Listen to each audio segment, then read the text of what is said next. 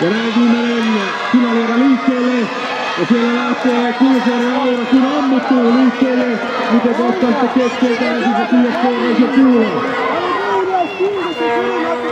Näyttää, että keskeltä vaihdetaan ensimmäisenä. Onko Tampere Pyritö vai Helsinki IFK? Näyttää siltä, että Helsingfors IFK vaihtaa ensimmäisenä. Ja kaaretta kun mennään, niin Viettiä vie Sandra Piippo Pinho. Mutta nouseeko nyt sieltä Raisio Kuula sitten voi? Ei vaan nyt nousee radalta Helsingfors IFK rauta 5, sitten Tampere Pyritö tulee rauta 3, Jyväskylä Ketonen toisen rauta 2, kuitenkin Helsingfors IFK erävoittoon rauta 5, Anttila Partnerissa Kellgren